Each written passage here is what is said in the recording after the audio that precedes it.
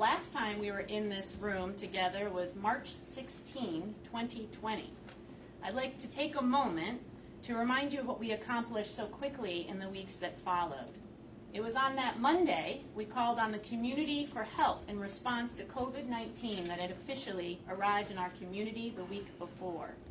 Over that weekend, we launched Volunteer United as an online platform for community members to link to local needs. We announced the Community Crisis Fund with our partners at the Community Foundation, and later mask makers in partnership with Monroe County calling on home sewers to provide face coverings to nonprofit staff and clients throughout the region. And more than 40 organizations began meeting daily, 7 days a week, to coordinate our community response and solve challenges in rapid time. And our community, true to form, showed up in big ways to help. More than 5,000 volunteers showed up to safely pack food boxes, run food distributions, deliver medications, conduct wellness checks on our homebound adults, held virtual supply drives, and more. You donated PPE so our nonprofits could stay open and safe. You gave laptops and technology to connect services to families and students to learning. You donated more than $7 million in less than 6 months to the Crisis Fund, and you sewed more than 15,000 masks. Everyone doing their part, everyone doing what they can. More recently, when we called on you to support vaccine distribution as part of United Way's Vaccine Volunteer Force, connecting clinical and general volunteers across our region, over 3,000 of you signed up right away and to date have donated more than 4,000 hours at 40 distribution sites, including community-based organizations, pediatric offices, mobile pods, and Monroe County mass vaccination sites. Now, we are back in this room, 467 days later, and what we have accomplished together is nothing short of extraordinary. Last week, as we all know, New York State lifted the state of emergency, a hallmark moment. This doesn't just happen, and I want to take a moment to thank our leaders and their teams in government, our nonprofits, our businesses, for their hard work and sacrifice for all of us. I want to especially thank the leaders up here today: County Executive Adam Bello, Public Health Commissioner Mike Mendoza, Dr. Nana Bennett, and Wade Norwood. There is no question we are at this point because of all of you. As good as this feels, we know the work is far from over, as we will hear shortly from our speakers. While the 70% statewide vaccination rate is to be celebrated, there remains vast disparities and gaps within our region and community where rates are much, much lower. Our efforts at scale have reached a tipping point, and we are now shifting strategies to smaller, more targeted outreach. Thanks to the tremendous insights offered by the 70-plus community members of the Finger Lakes Vaccine Task Force, innovative strategies have been developed to shape a robust equity plan and outreach effort. This innovative work requires fast and flexible resources to try new things, often difficult with public resources to do in the race against time. This is where the powerful trifecta of private, public, and nonprofit partnerships really shine, and that is what we are announcing today.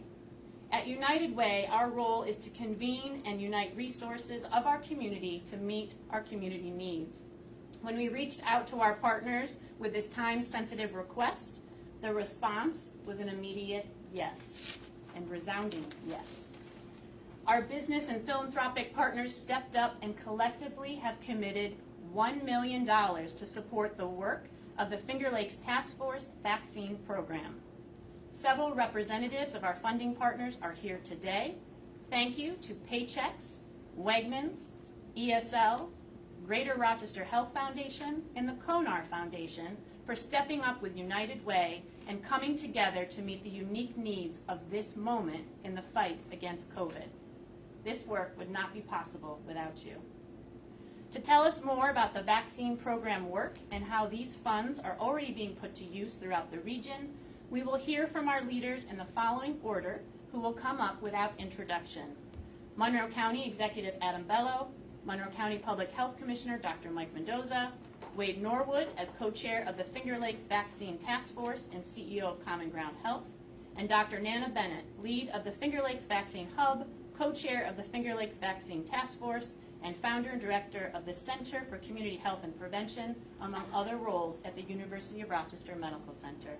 Following the remarks, we will open for questions. I now welcome County Executive Bello to the podium.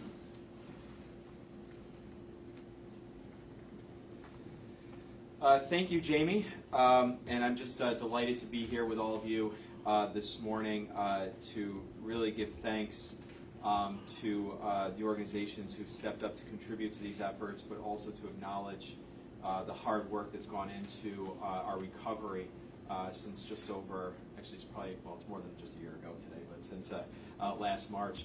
And I really have no perception of time if you go back, I think as most of us do, if you go back to the start of the pandemic. But it occurred to me as we were pulling in the parking lot today that back when we had our first case of COVID last March, it really was only days that Jamie Saunders and her leadership here at the United Way and their role of bringing people together to respond to community needs. It was really only days that brought a number of us community leaders here together because so many people across the community were raising their hands and saying, how can I help? And being that coordinating entity to bring those helpers together to respond, I think was just incredible, and I can't thank Jamie enough for being in that role and stepping forward and helping to organize so much of our work. I also want to thank Dr. Mendoza, Dr. Bennett, and Wade. It's really good to see you again in person. You might not know this, Dr. Bennett and I spoke probably 6 times a day for 6 months straight and never actually met. So now we actually get to be in person again, so I'm pleased to be back with them. We would not be where we are today without these individuals and their partnership and friendship. And lastly, I also want to thank, of course, the community and particularly our nonprofit partners, because here we are again. We're pulling in the parking lot again. It's been just over a year. And I'm reflecting now on all the different foundations and companies that also now are raising their hand and saying, how can we help? How can we get to that next step in collaboration and partnership to get us where we have to be?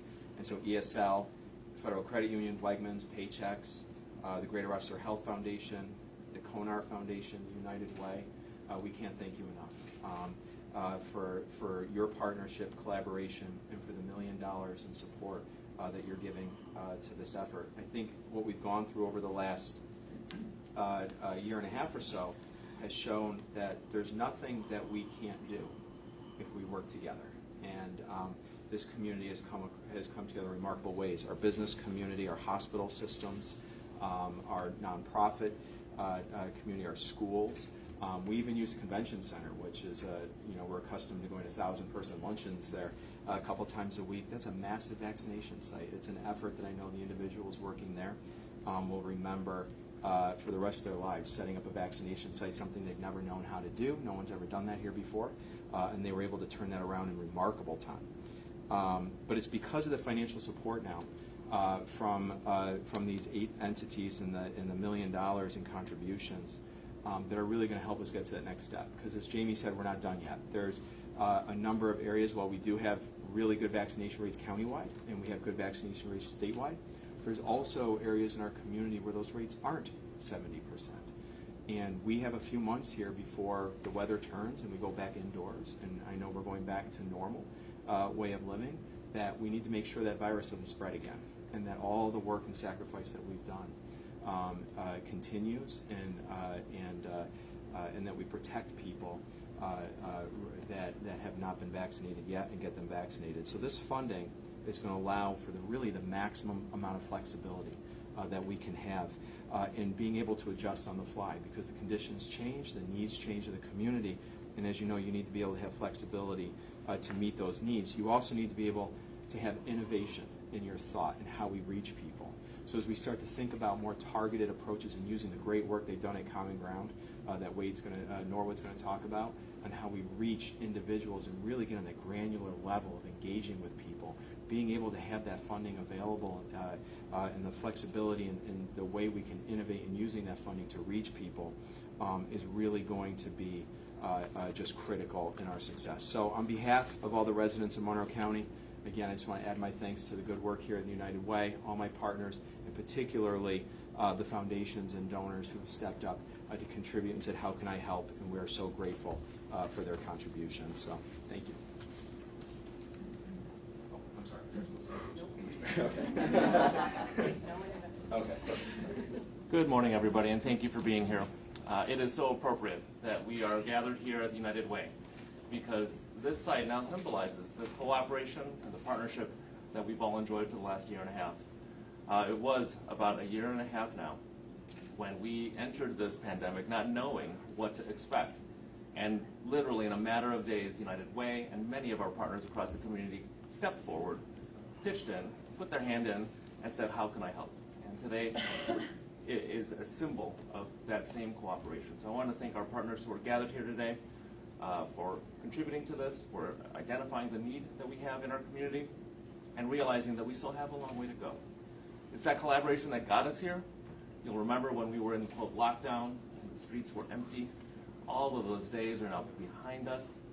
We are now beginning to experience that normal again. And it's tempting to think, well, maybe this is all over again. And trust me, there are many days that I wish I could say that. But I don't, because I know we're not over. We have a lot of work to do. And it's really all about health and equity. First, health. We know that the vaccine is working. We know it's the best way to fight off any potential variants that might find their way here to our region. We know it is the way we will get out of this pandemic. It has been written in history before, and we are writing history again. The vaccine is how we get out of this pandemic. And as you heard earlier, we're doing a relatively good job with it overall. But unfortunately, we aren't yet doing a great enough job, in my view, with the equity portion. There are many portions of our community that are not yet equally served by this life-saving medication. And so we have our work cut out for ourselves. And so in the wise words of the Doobie Brothers, we now need to take it to the streets. We have been taking it to the streets. We've been at Frontier Field, we've been at fire departments, we've been all across the community between restaurants and bars and everything in between. And I've had the opportunity to talk to people, which I just enjoy doing because we haven't done that in a long time. And people tell me their stories of why did they come to this restaurant and why did they come to this fire department. And it isn't always about hesitancy. Sometimes it's just about somewhere that's convenient, that's familiar, that feels safe to them. When people come to Frontier Field, they say, this is a place of joy for me. I wanted to have my vaccine here at Frontier Field because we come here and enjoy a plate and a beverage with my family and taking a game. So we need to take it to the streets. It is our job. It is incumbent upon us to take it to the streets, to reach all of the communities that we have yet to reach. And so again, I want to close by thanking all of our partners here today, thanking Jamie Saunders and the United Way for all of the work that has been done and all of the work that is yet to do. Thanks.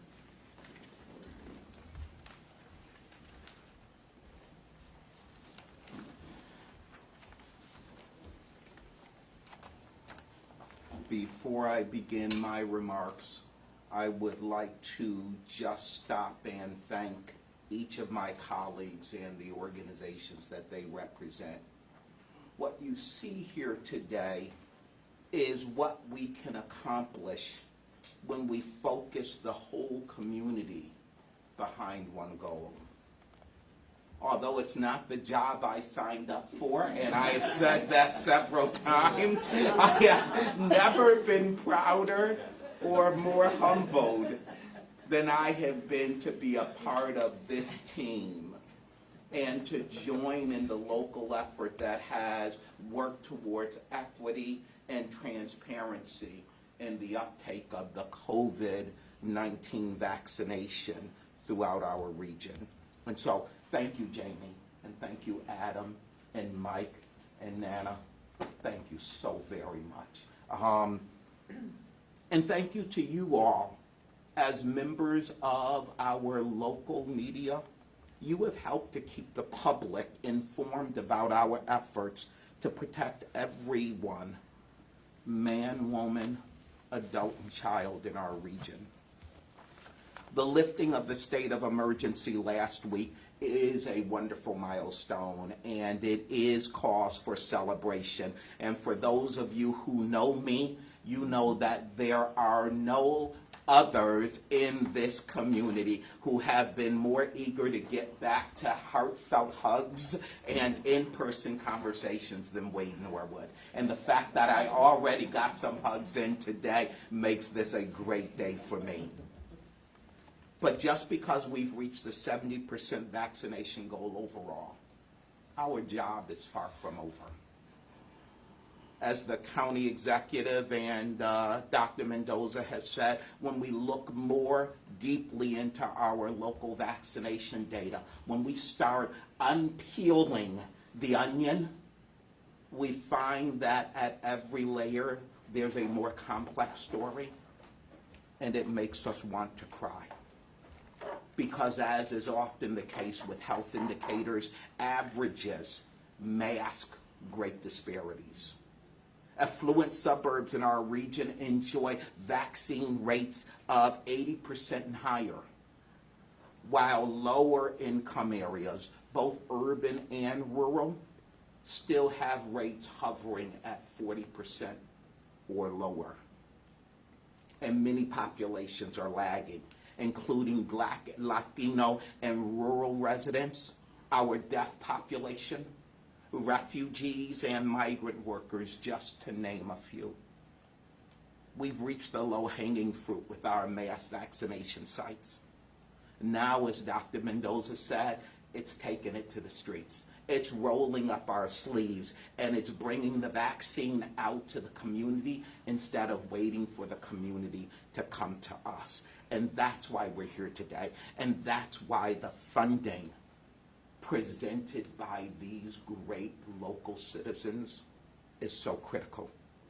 Because these local dollars are helping us reach what we like to call the nooks and crannies. Individual neighborhoods and populations that for different reasons have lagged behind in vaccination rates. How do we know what those different reasons are? Well, Dr. Mendoza just told you. We've gone out and we've asked and we've listened. And with community support from the United Way, we conducted 261 interviews with residents across the region. And what we learned is that a one-size-fits-all approach will not work. So what we have used is what we have learned to develop customized approaches to getting our region vaccinated. And let me give you several examples of what this looks like in action. The United Way funding is putting community ambassadors on the ground across the region. These are folks who live in or work in communities where vaccine rates are low. They are our feet on the street. They are the sneakers on the sidewalk, going door to door to let residents know about vaccine sites and pop-up clinics in their neighborhoods. And for folks who have questions or concerns, these vaccine ambassadors are trusted guides on the journey to saying yes to the vaccine. And just as Nana did for me, as we started this conversation back in November, we recognized that not everybody starts off at yes. I didn't start off at yes. But when you have the opportunity to talk to someone you know, that you trust, who knows your journey and is willing to listen to your concerns and your fears, what we know is that just as my friend did for me, we can help people get to yes. And for reaching small groups or large groups, in addition to these vaccine ambassadors, we've launched a speakers bureau with more than 90 volunteer presenters, most of them clinicians. We're able to match groups with trusted experts from their own community. And to date, we've arranged for presentations to more than 60 groups for real, honest, candid conversations where people can get their questions answered. And in addition to the ambassadors, in addition to these speakers, we've hosted a series of webinars and Facebook Live events to address the concerns that residents surfaced in their conversations with us. There are real concerns that folks have about the vaccines and their impacts on children. Folks from the indigenous communities have had real questions about how has the process been structured.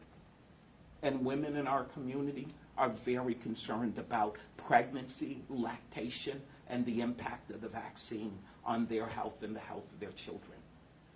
These aren't concerns to dismiss. These are concerns to which we have to respond, that we have to address. And we need to provide voices that they can hear, that can support them in joining me and so many of our neighbors on the pathway to yes. And finally, we'll be producing a series of TV, radio, and social media ads that will launch next month, and these spots will feature real people from our region, asking these real questions and getting these real answers in a manner that we can share these conversations broadly with all of our neighbors here at the Finger Lakes.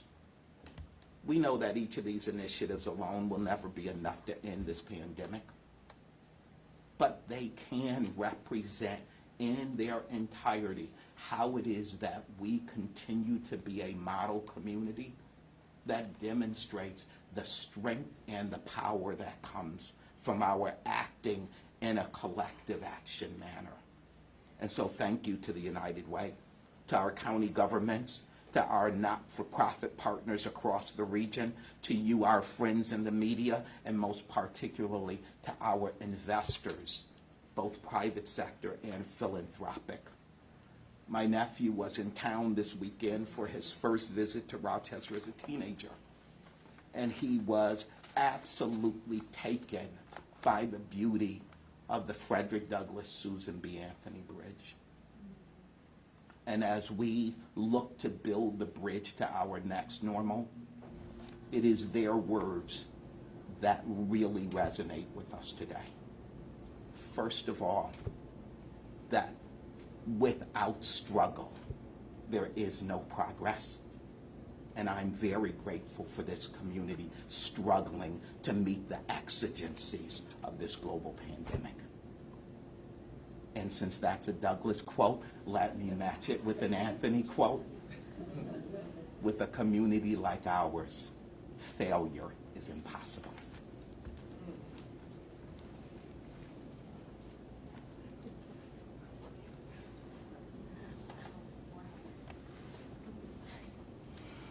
So there were a lot of things about this job that I didn't expect, as Wade said. But the one thing I should have demanded at the beginning was never to follow Wade forward. It's impossible. So Adam, remember. Never again. Good afternoon, everyone. I think it's afternoon or by a minute or so. It's such a pleasure to be here, and the joy with which we come to see you is, I think, manifested in all the comments you've heard so far.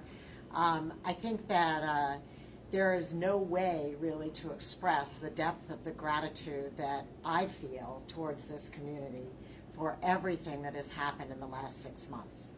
Because 6 months ago, we started this journey to vaccinate more than 1 million people in our region. And when we took on that challenge, we really had no idea why we were doing it.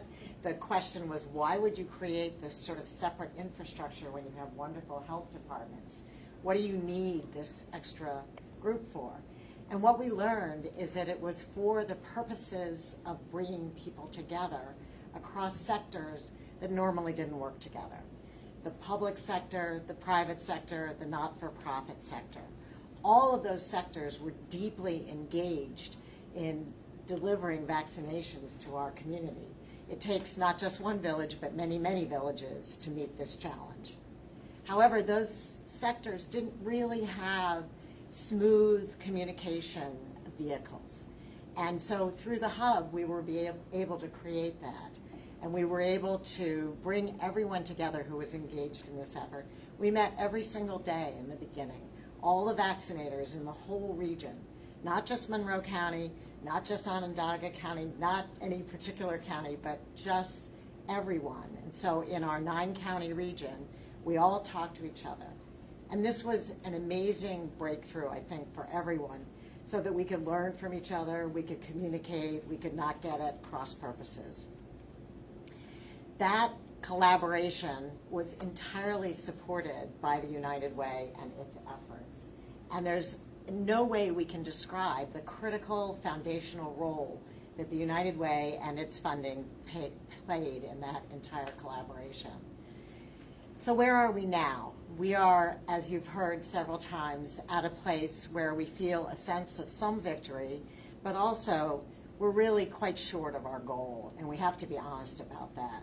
So far, we've vaccinated about 63% of our population over the age of 12 in our region, and about 54% are fully vaccinated. This is not where we need to be. And as you heard previously, there's huge variability.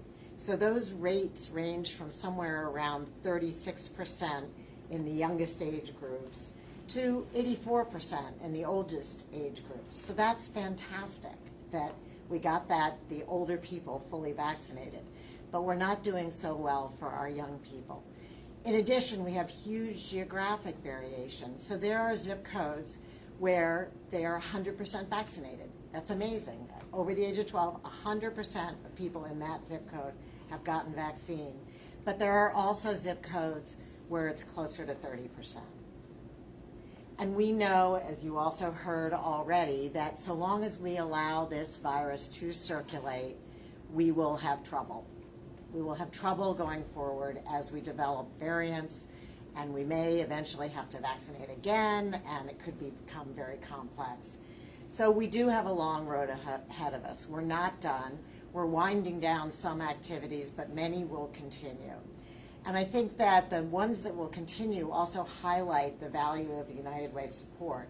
So one area where we needed funding, because you can't do it without, was in the area of communication.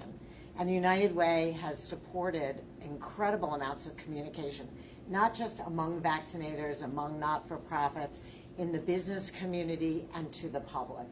And that has been extraordinarily helpful. Another area where we needed support was in the area of data, being able to track what we're doing. You know, you can have a goal, but if you can't track how you're doing towards that goal, it doesn't work very effectively. So we were very lucky to have that funding to support all of our data activities. And I can say that this region has the best data anywhere because of the support that we've received from the United Way to do that hard work. And then the last is just the general support for collaboration. And I think this has been just remarkable across the region. I certainly personally had been so focused on Monroe County and on the city of Rochester that I really knew very little about our rural counties that surround us. And we've learned so much, and we've worked so closely with so many people in those counties. So this can't end. This has to be the beginning. We have to go forward not only to continue our vaccination efforts, but also to turn back to addressing our ongoing health challenges in this region. And having the region work together brings incredible creativity to the table, and I think new vision that we didn't have previously when we were only focused on Monroe County. So I can't thank the United Way enough, I can't thank all of the funders enough, and I can't thank my colleagues enough for this amazing journey we've been on. But we're not ending, we're starting. Please join us.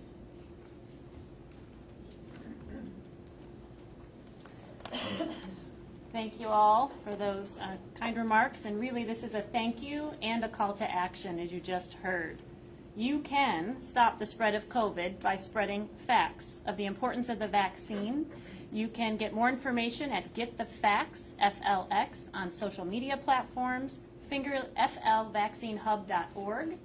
And you, of course, we need you as volunteers. Vaccination sites continue, and there are hundreds of not-for-profits needing your support, and you can find opportunities at uwrochester.org. When we met in this room last March, Congressman Morelli referenced the famous quote from Mr. Rogers, about facing fear and worry. He said, "Look for the helpers. You will always find people who are helping. And you all, my friends, are the helpers, and our community is all the better for it." We thank you. We will now open it up for questions for any of our speakers. Can I just have a point of clarification? Wade mentioned, I just want to make sure. So the $1 million that you're talking about today is going toward the vaccine ambassadors, the Speakers Bureau, and the TV radio ads? Correct. So there's a project, actually a program. Do you want to speak to it? So there's a plan that came from the Vaccine Task Force, and those are key examples of the funding. Our core partners are with URMC and the Hub and Common Ground Health, as well as other smaller providers that we can get the list for you. So how many ambassadors are there? And are they're knocking on doors, they're out on the streets, they're talking to people? There are 7 ambassadors at present. This funding and the county support is going to allow us to increase that number by another 15. And yes, they are literally out on the street today, having conversations and helping folks by responding to their questions and concerns. Our hope and aim is that we'll have 1 ambassador for every rural county in the region, and then the balance will be focused on the city of Rochester and Monroe County suburbs. I'm sure, the point of this too, I know it's probably impossible to have a vaccination van following these people, but the point is that you want to get them as quickly from yes to the vaccine. Right? Jennifer, you prove your brand in-depth and investigative because the county is literally looking to put a mobile van that will be a roaming vaccination opportunity that will be matched with all of these deployment efforts, that will be matched by the work of our community-based organizations that are partners, so that we can make sure that we're getting the vaccine to people in that manner that Dr. Mendoza suggested, in manners that overcome the functional barriers that folks have in just making it through the day. Let's make getting this vaccine a bit easier than it is right now. So in addition to Jennifer's point, in addition to the mobile clinic, if you will, there still will be pop-up sites at places of worship, houses of worship. There will still be workplaces. pop-up sites that we will cite based on what we're learning and hearing from the community, and there will be a replacement for the convention center that will be a constant site that the county will shortly be announcing, so that all of us, no matter where we go, will have the ability to say to people, there may be something coming near you, but you can know on any day, here's a place where you can go during these hours and be vaccinated. That's equally important. What do you do for those specific targeted zip codes where you see greater disparities when it comes to vaccination rates? Mail, press, and outreach. Those are the basic tools. We've got to do a better job of communicating with people in those zip codes, listening to what their concerns are, and making sure we're making an opportunity that is accessible and meaningful for them. Dr. Mendoza, I'm wondering if you can talk about any concerns with the Delta variant. I mean, we're hearing that a lot in the news. What would you say to people who aren't vaccinated? And what would you say to those who are vaccinated? Should they be concerned about this variant? So, as with everything in this pandemic, there is still so much that we're learning. Right now, the Delta variant is something that is on our horizon, that's on my radar.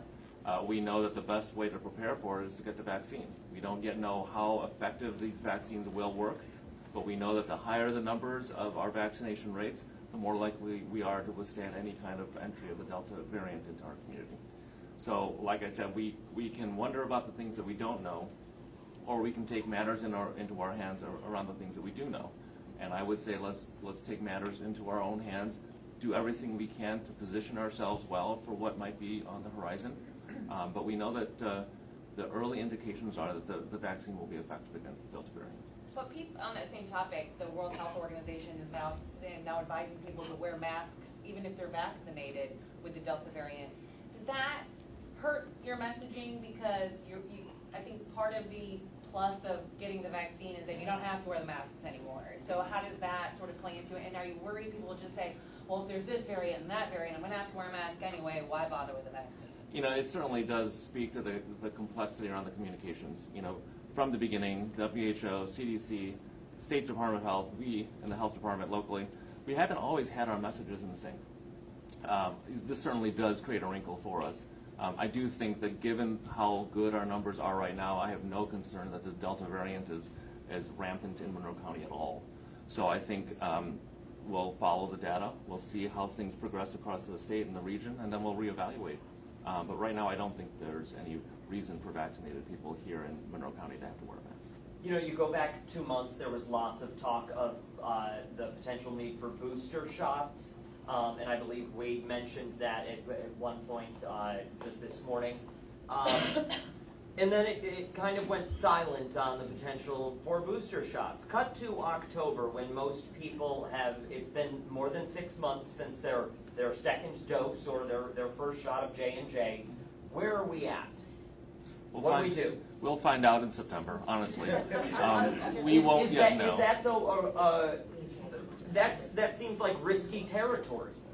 I mean, it's unknown, uncharted territory, unknown waters. This whole pandemic has been about chartering uncharted waters. Mike, I can say a word about boosters. Sure. I'll let Dr. Bennett talk about the boosters, Sure. but yeah, everything about this, there is no risk-free path. He's so right. But in terms of the boosters, the Advisory Committee on Immunization Practices considered this question last week at their meeting, and essentially there is no scientific evidence yet that there is a new need for boosters.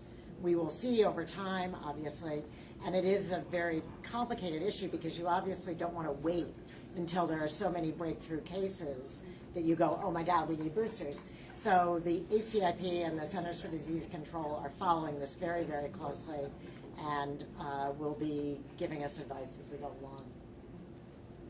Executive Bello, I was wondering if we could talk to you about mass gatherings, particularly, you know, it's getting warmer, we have people congregating, and with the younger populations, the ones that are having low vaccination rates, what is your message to the community and specifically to the younger community?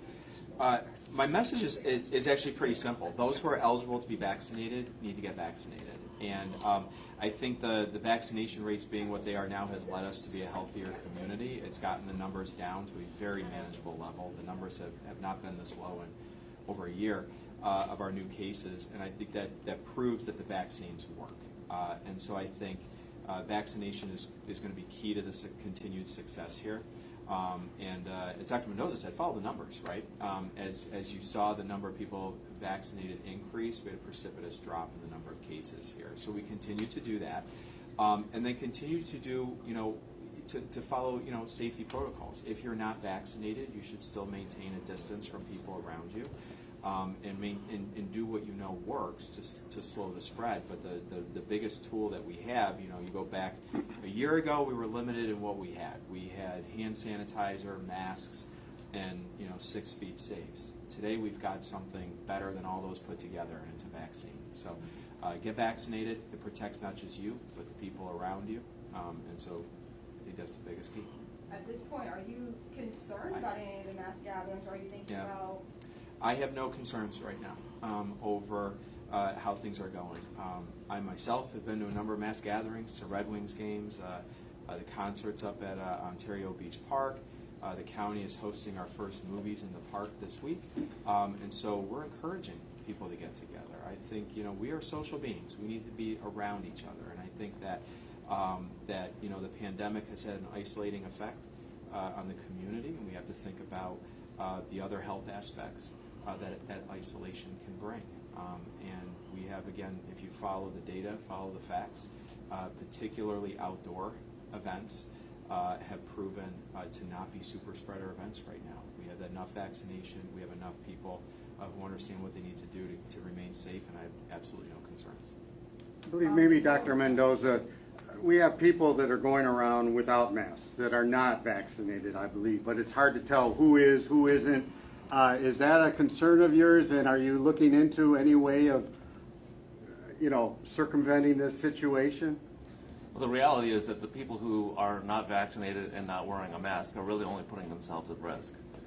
The rest of the population who is vaccinated doesn't have to worry about that. Now, of course, we've got to think about those who are not eligible for the vaccine, those who are 11 and younger. We want to protect them as best we can. We're encouraging all of them still to wear their masks. But the reality is that we don't want to try to find a way to police this. I really do think that this community has demonstrated that we will do the right thing when called upon. And there are going to be exceptions, and I will fully admit that. But I just don't think that focusing on that minority is really where, you know, the bang for your buck will be, so to speak. I think we expect people to do the right thing. People want choice, and they have choice. And I actually do think that people who are unvaccinated want to do the right thing for themselves and their family, and when they're ready to get the vaccine, they will. But until then, they wear a mask. I know the county has done a ton of outreaches. We provided more incentives than I even knew were available. Is there concern that you just reached this peak of vaccination where no one else will get vaccinated? We have reached our peak, and those who are not vaccinated just don't want to get vaccinated. And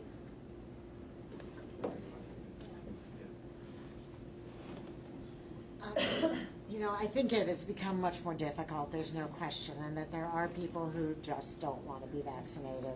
However, we're doing a certain percentage of people every week. We haven't stopped. The numbers are much smaller, the demand is much lower, but we're still vaccinating more and more people each week. And we hear from many people, I just want to wait and see.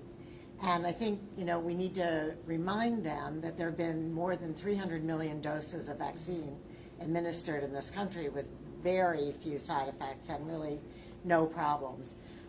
But, you know, I think that people will continue to get vaccinated throughout the summer into the fall, and we just have to be there for them. Thank you, everyone. We'll still be here if we have no questions. Thank you so much for being here. Thank you.